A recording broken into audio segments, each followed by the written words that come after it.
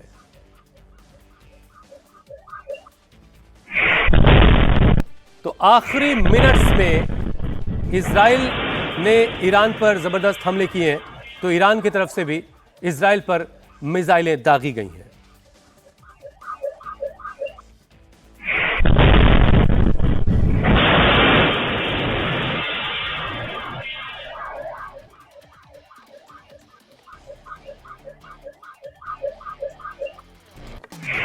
बीच Iran ने दावा किया कि उसने इजराइल के एक और ड्रोन को मार गिराया।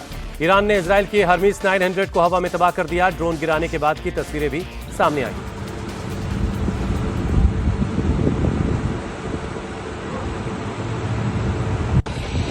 तो तेहरान ने दावा किया है कि इजराइल का एक हर्मीस 900 ड्रोन मार गिराया गया।